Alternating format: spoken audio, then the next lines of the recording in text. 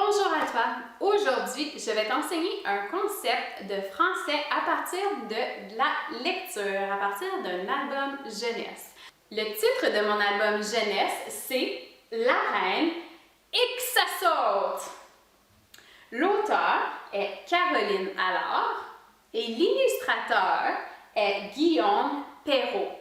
C'est des éditions Fonfon qui a publié ce livre ici. Je t'invite ici à aller visiter le site internet des éditions Fonfon pour pouvoir trouver plein d'activités pédagogiques, plein d'activités pour toi. Et c'est une bonne ressource aussi à garder en tête pour les enseignants. Aujourd'hui, je vais te lire seulement une page. C'est pas la première page de l'album que je vais te lire. Je vais te lire la deuxième page parce que je veux vraiment respecter les droits d'auteur et les droits d'illustrateur. Donc, la page que je vais te lire, je la publie ici et elle se retrouve aussi sur leur site internet. Aujourd'hui, dans la lecture, j'aimerais que tu portes une attention particulière aux verbes que l'auteur utilise quand elle écrit cette partie-là. À chaque fois que tu entends un verbe, j'aimerais qu'à la maison, tu tapes des mains. Une fois les amarres détachées, le navire ne bouge pas. À ton tour. La reine et que ça saute accourt sur le pont. Je suis entourée de gamins, meugrait-elle. Non de mijoter de marmotte à moteur les rameurs. Les avirons ne sont pas faits pour jouer à l'épée. Assoyez-vous et au travail et que ça saute. Et le navire se met à avancer. Il y a plusieurs verbes ici dans ce paragraphe-là. J'aimerais que toi, tu notes les verbes au présent de l'indicatif. Je vais t'aider. Dans la première phrase, tu vois « Une fois les amarres détachées, le navire ne bouge pas ». Ici, j'ai vu que « bouge » est un verbe au présent de l'indicatif. C'est quoi le verbe à l'infinitif de bouge? C'est bouger. Tu as absolument raison. Bravo! Maintenant, es-tu capable de me trouver les verbes à l'infinitif de tous les autres verbes que tu as trouvés?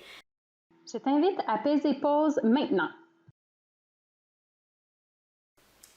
Et finalement, j'aimerais que tu portes aussi une attention particulière aux phrases. Donc, je vais te lire la première phrase et j'aimerais que tu me dises qu'est-ce que tu remarques dans cette phrase-là. Une fois les amarres détachées, le navire ne bouge pas. Comment est-ce que je sais que c'est une phrase? Qu'est-ce qui m'indique ici que cette partie-là, c'est une phrase? Écris-moi ton truc en commentaire. Mais oui, je ne pouvais pas te laisser sans le corriger, n'est-ce pas? Alors aujourd'hui, je t'ai parlé de plein de choses. Je t'ai parlé des verbes, un verbe au présent. C'est quoi exactement un verbe au présent? C'est un verbe qui se passe maintenant, sur le coup. Alors ici, dans mon histoire, la première phrase, une fois les amarres détachées, le navire ne bouge pas. Le verbe bouger est un verbe au présent. Je t'ai parlé de la phrase de base. Qu'est-ce qui fait que, une fois les amarres détachées, le navire ne bouge pas est une phrase? En fait, tu vois qu'elle commence avec une majuscule et elle finit par un point. Mais ça ne suffit pas ça pour te dire que c'est une phrase. En fait, une phrase doit aussi obligatoirement avoir un sujet et un prédicat. Des fois, il y a des phrases comme celle-là qui a un complément de phrase. Ça, c'est des fois. Alors, ta phrase de base, qui est composée de obligatoirement ton sujet et ton prédicat, ici dans la phrase, une fois les amarres détachées, le navire ne bouge pas, on sait que c'est une phrase, elle a une majuscule, elle a un point, elle a un sujet qui est le navire. Hein. De quoi est-ce qu'on parle dans cette phrase-là? On est en train de parler du navire. Et qu'est-ce qu'il fait, le navire? Il ne bouge pas. Donc, ne bouge pas, c'est ton prédicat. Puis comment est-ce que moi j'ai su qu'une fois les amarres détachées, cette partie-là était le complément de phrase? Parce que si je l'enlève, est-ce que ma phrase fait du sens? Le navire ne bouge pas. Tu comprends bien, hein?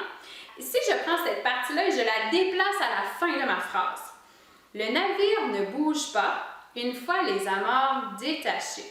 Est-ce que ça fait du sens aussi?